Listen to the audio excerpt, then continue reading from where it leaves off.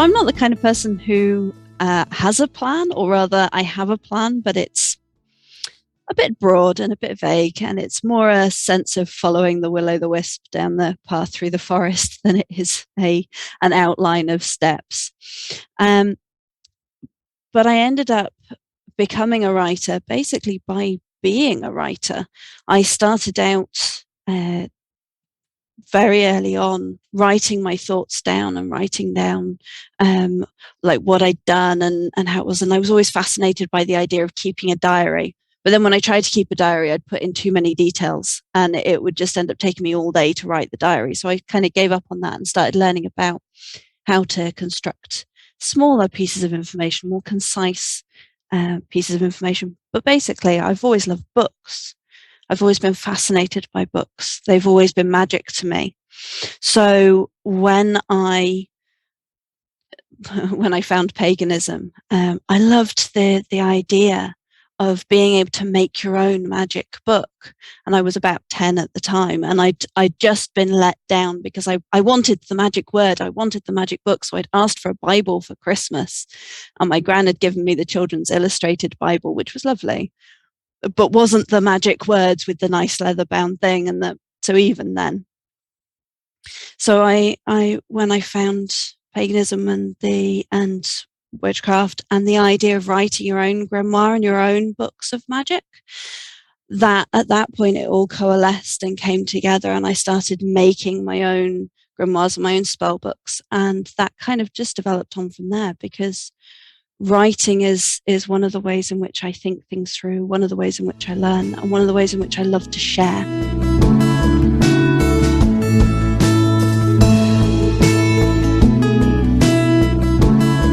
It's very much like I don't have a solid plan. I find that because I have ADHD, my ability to focus is one of those things that kind of comes and goes with the seasons and with the tides. So I have to very much tune into both where I am and where the world and the energy around me is, and follow that. So in terms of structuring a writing process, part of it will be to do with where the project in question is. So whether it's in the early stages where you've got these little sparks that you're just sort of trying to capture, or whether you've got a jar full of fireflies that you're trying to work out how to make them lie down flat on the page and communicate in a linear manner. Where you are in the process changes, or where I am in the process changes how I will approach it. But at every stage, I kind of sort of circle around it and spiral around it and come back to it. And it's always going on in the back of my head, or in the front of my head. And I have a journal that I take everywhere with me. So my journal is my brain outside of me. And so when I have ideas and I have those little sparks, they go down in the journal. Or sometimes they'll go on post-it notes and later those get stuck in the journal. But those ideas sort of get captured over time. So while I'm in that early stage, it's very much a case of going, oh, that could, and then looking over it later and seeing, okay, well, where do those things coalesce? Where do they collect? What themes are starting to run through it? And I'll just sort of gently kind of let things percolate up until the point where a theme comes together and a concept comes together. And sometimes the ideas are themes. So I have 20 or 30 different big concepts that I've got written down in a list where sometimes all the little fireflies will gather under one of those, and I'll go, okay, well, that's then the pitch that I'm putting for the next book. But I always try and make sure that I've got enough pieces already written that will fit in with that and that will start to be a structure before I make a pitch, because if my attention is likely to wander and spiral around to things, I need to know that it's solid enough already before I say, this is what I'm doing. So over time, these things kind of spiral together, and I start getting more excited and more into things, and more ideas are connecting up, and then it pours out onto the page. And eventually I end up finding I've got several thousand words on whatever it is. And at that point, I hone it down and I look at what I've done, and I tend to use Scrivener at that point when I start to type up, because I can shift the sections round again. Because I think in spirals, I then need to straighten the spiral out so that it makes a linear story for the reader, because jumping from subject to subject is not a good way of sharing information, but it is a good way of getting it all together and seeing where the unusual connections are.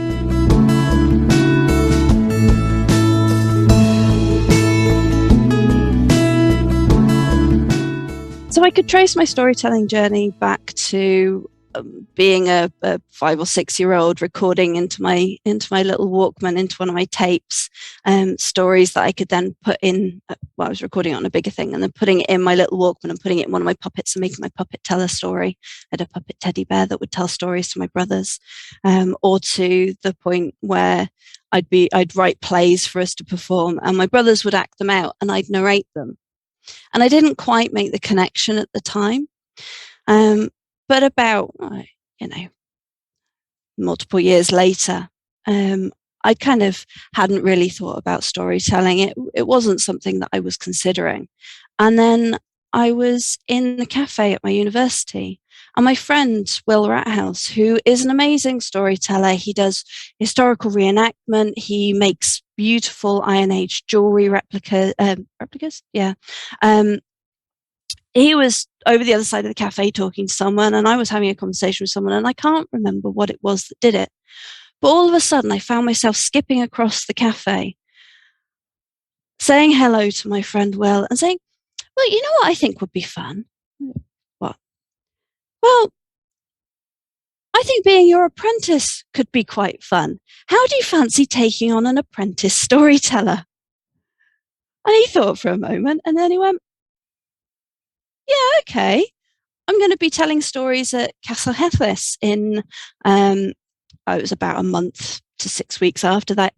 We'll get together, we'll make you a costume, and you can come along and tell some tales there.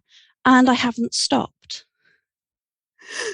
And it was wonderful. It was really wonderful. It just sort of dropped me in at the deep end, and I started telling stories, and then I'd get feedback from people, and they'd say, oh, you were a bit quiet here, or you rushed that a bit, or whatever. And I could then hone what I was doing. And you can hone it, you get the feedback by watching the audience as well. And that's one of the things I love about storytelling. It's what I wrote my PhD thesis on. It's that interaction between the storyteller and the story listener, because it's a co-created experience. And so you've got to have that feedback back and forth. And one of the things I love about it is it's very much like in a ritual, in a group ritual, where you've got the ritual leaders and the people who are attending. But in a good ritual, it's something that you make together, and everyone is working, communicating backwards and forwards, and responding to each other and responding to the energy, and you're making this thing all together. And it's the same when you tell a story, right down to the casting the circle with your opening phrase of once upon a time, and then closing it again at the end with a and they lived happily ever after, or whatever your choice of phrases are.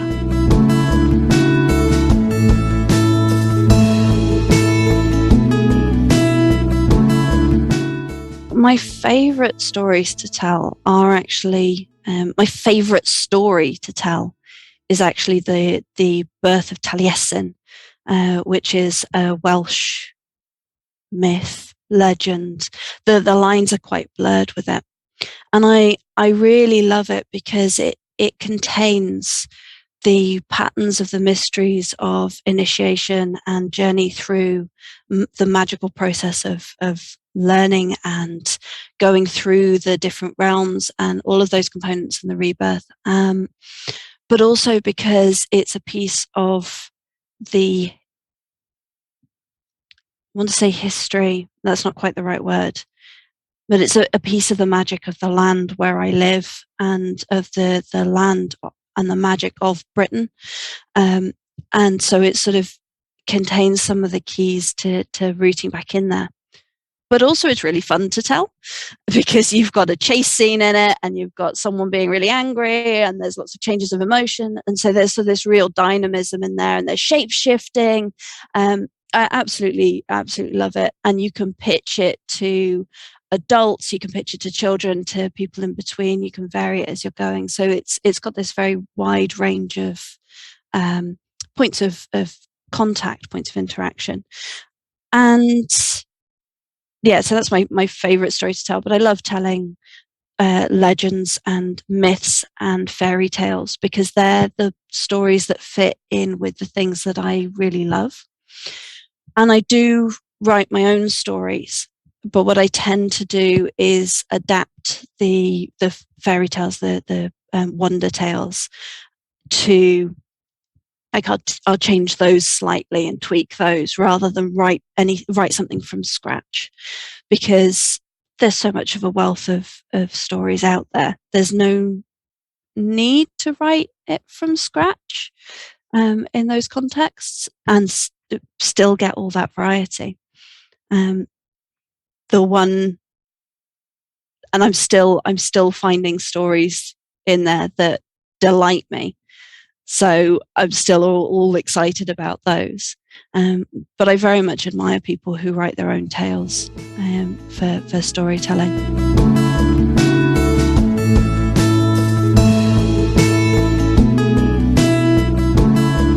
That's a really difficult question.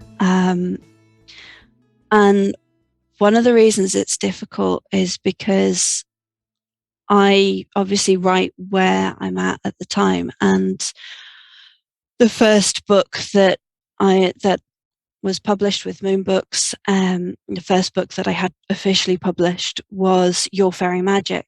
And that I'd originally written in 2009 and had undergone a whole series of transformations before it became what it was.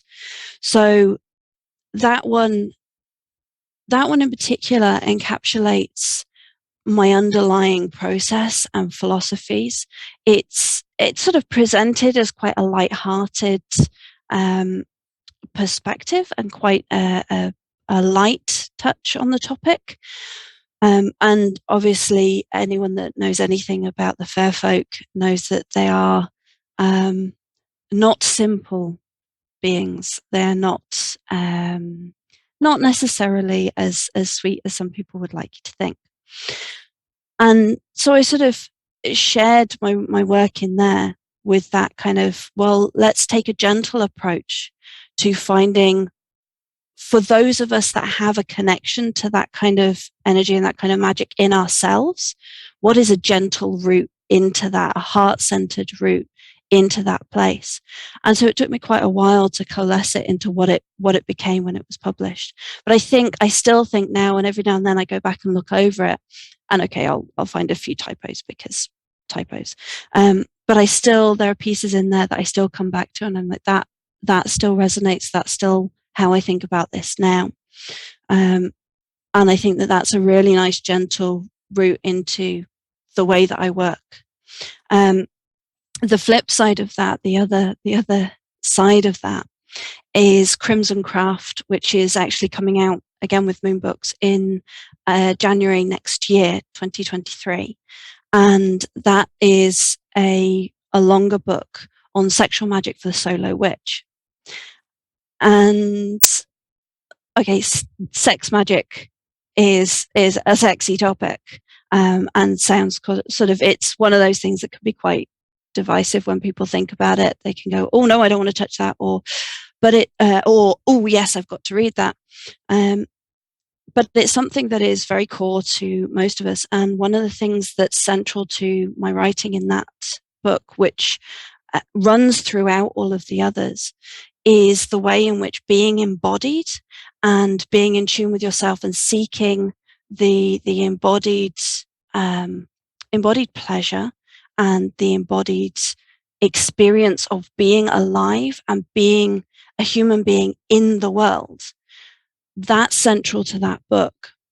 And it's looking at it through a sensual, sexual lens as a route towards healing that and coming more fully into ourselves. Because ultimately, whether you're seeking fairies or trying to cast a spell for money, or whatever you're doing with your magic, it is more powerful and stronger and more rooted in your life if you can bring it into your body and into that sense of being alive and being here and engaging with the world as the creatures that we are.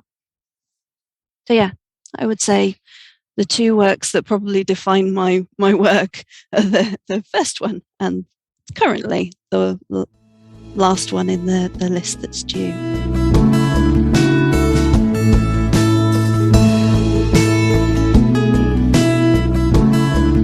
You know, it's funny. So all the way through my magical practice, which I started doing magic and studying paganism and declared myself a witch age 10 or 11. And all the way through, I constantly had this voice from the gods, from the universe, from the spirits, saying, dance, you need to dance. Dance, you have to dance.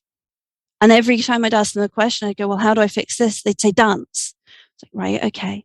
So I explored a variety of different ways of dancing on my own, and dancing at music nights and at clubs and things like that, and actually feeling my way into, okay, how does my body like to move? I really like the work of Gabrielle Roth, the 5 rhythms stuff, because it talks about that. And her book, Sweat Your Prayers, I have come back to again and again and again. I got it out of the library like 3 times and ended up buying it because I keep returning to it, because it's talking again about that embodiment.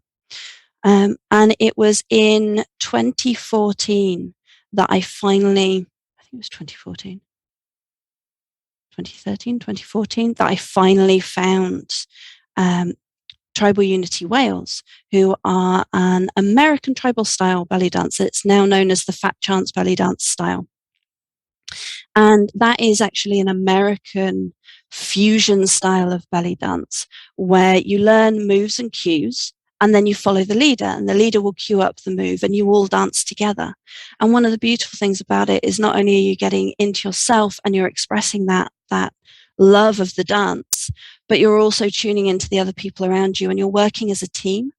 And all of those aspects I really, really loved. Plus it's bright and colorful and bold and empowering. So I recommend it. I am somewhat evangelical about it, in a sense, in that I will go around talking to people and going, I really recommend this. The problem I had was I loved it so much that I was doing 8 or more hours every week of intense practice with it. And I actually injured my knees because I was overdoing it, and I had a couple of mechanical structural issues that put me out of whack. So I had to take a step back and take a break. And I keep sort of dipping back into it. And when I'm dancing on my own, and when I'm dancing, I invited the local Tribal Unity Wales to come and dance at the Goblin Masquerade, which was an event that I ran a week and a half ago, which went down brilliantly, because I knew that the magic that they bring really lifts everyone's spirits. That style of dance is so full of joy that it just sort of spreads delight. And so every time that I get on a dance floor, I still bring that dance in with me. And when I'm with my friends, I will still dance that dance style with them. I just can't go out on the stage and do a full half an hour set like I used to. But I don't think that will ever leave me, because it's so integral to delight.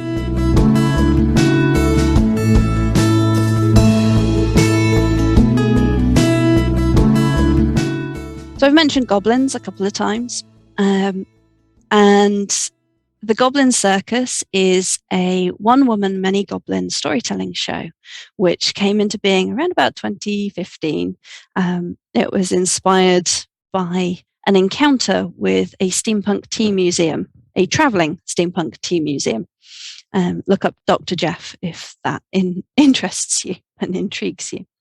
So the Goblin Circus ended up being a space in which I could tell stories and what I'd do was I'd find fairy tales and wonder tales, and then find the threads in there about finding your way home and about belonging. And this was a key theme all the way through there. So the Goblin Circus is, in a sense, very much a big top that is a home for misfits. And that was always a key underlying thing for me, was that it was a sense of belonging. And so I would take this storytelling show round to pagan events and to markets and to steampunk events. And I tell these stories about the golden acorn that carried the big top. And we'd throw it into the center of the room, and the big top would grow around us. And then in there, there'd be these fairy tales, which I would tweak just a little bit. So they'd have these twist endings, which would bring it back so that in the end, the characters would come and join the circus. And it centered around and cycled around that sense of belonging. And over the years, there's been sort of events where we've had a collective, other people have come and joined in, and we've done walkabout at festivals, because that's given them a space to belong for a while and to come and play. And then this winter, after 2 years of people feeling a lack of community, a lack of in-person community, I looked at it and I went, okay, in the spring, hopefully there will be a safe enough lull. We live in a very rural area. So I was looking at it and thinking, okay, come March, there's a good possibility that it will be safe to gather. And I got in touch with my performer friends, my storyteller and musician friends that were around. And I said, do you want to come and gather in community? Do you want to actually come and share that sense of community and belonging and creativity? And so many of them said yes. And traders came along, and we built this space, and people turned up, even though I'm not the best at marketing, if I'm honest. But even with the small amounts of marketing that I managed to do, we still had a really good turnout. There were far more people than I expected, because everyone really felt the sense for the need for belonging and that sense of community and connection. And that, as I was there on the day looking at it, I'm like, this is what the Goblin Circus, the Big Top, was all about. It was always about that making a space in which people can bring their skills and their passions and their love of dancing or of play or of dressing up, and they can come and belong. So my role in it is the ringleader. And I say ringleader and not ringmaster, because goblins don't take kindly to masters. And I say goblins because when you say fairies, people have a very sparkly, glittery, Victorianized idea of the wild spirits that term actually refers to. But when you say goblins, it gives them permission to be a bit scrappy, to be a bit rough around the edges, to come as they are, and to tune into that wild magic, and to just let go and dance and be. And that is what the Goblin Circus is.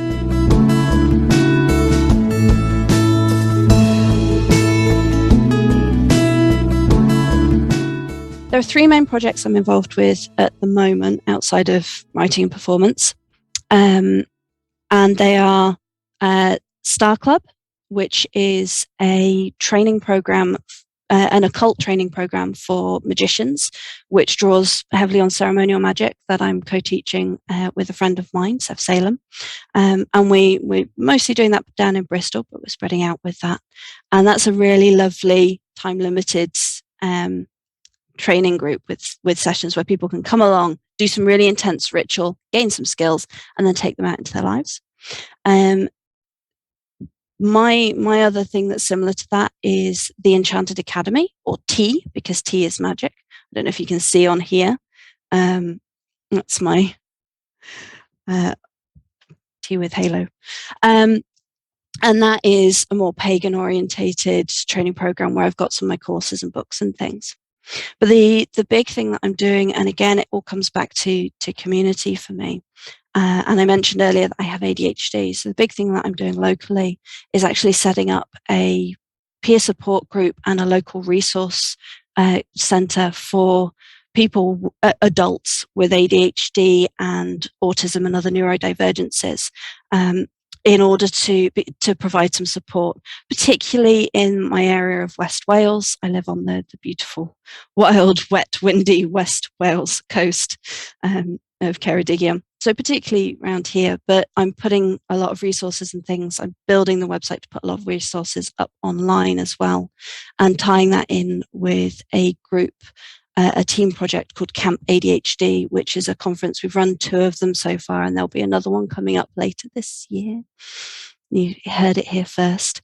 It hasn't been announced yet, which is a day or 2-day long online conference where people with ADHD can share their stories and share their tips and things. And the reason that that's so important is that there are many people who have that, and there isn't an awful lot of support for adults with ADHD and with neurodivergences. And I've noticed that there are a lot of people within the magical community who fit under that umbrella. Just as an anecdotal thing, because I think we all see the world a little bit differently in order to see the world a little bit differently. So yeah, those things very much for me are all 3 of those things are very much part of my magical practice, even though one of them doesn't look like it's a magical thing. It very much is as an act of service and of connection and of community. Oh, and that's the website for that will be withsquirrels.weebly.com. So the project's called With Squirrels because that's how my brain feels.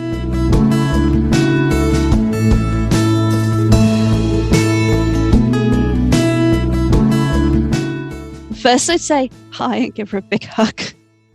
And then I'd say, look, trust yourself. Trust yourself and do what you feel is right, because it is right. You're not failing. You're not broken. You're not just weird. I mean, you are weird, and that's good.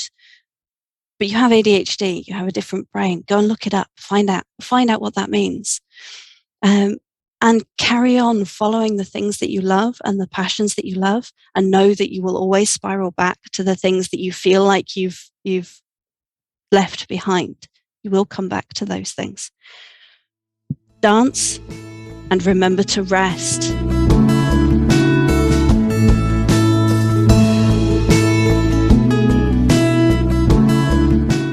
So I feel like it's cheating a little bit because not exactly a character, but I definitely invite Taliesin and hope that we had a translator to hand, because he'd speak Middle Old Welsh, which I don't, even though I am learning Modern Welsh.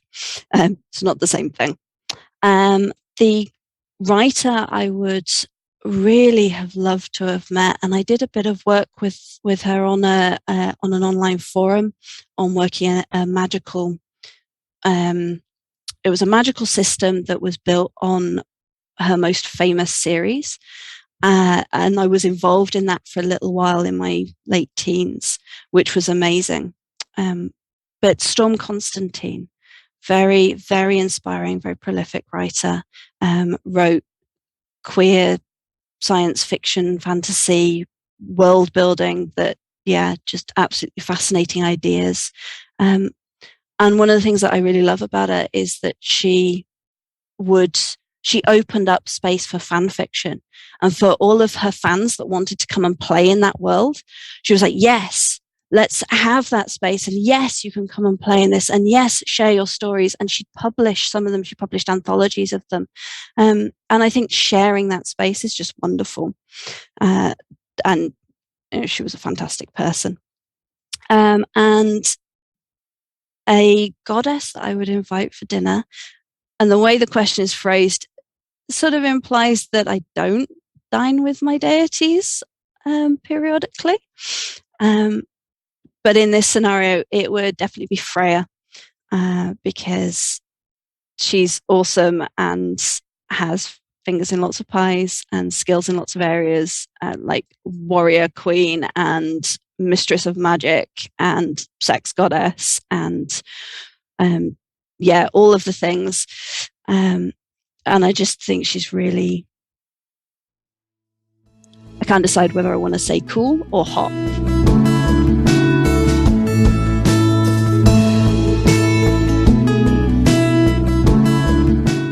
there are no guarantees. There are no guarantees in life. There's no guarantees in writing. There's certainly no guarantees in publishing. So if you write for the love of it, for the love of the writing, for the love of the material, for the passion in it, then you will always get something out of it. And what you write will shine with that passion and will shine with that love. And it will actually make, when you share it, people will see that and they will feel that. And even if only a few people ever see it, it will still have an impact. It's never wasted, no matter where it ends up, or no matter how long it takes for something to get somewhere. No matter how much effort it feels like you're putting in, to not see a return, sometimes things just take time, and there's a cycle and a season for it. So whatever you are doing, if you want to, if I mean, you're saying an aspiring writer, if you want to just write, that's all it is. You can write and you can put it up online and just share that so that you have written and you have shared it. But if you're looking to be a professional writer, you still need to write for the love of it, because that's what really matters. And then it's worthwhile.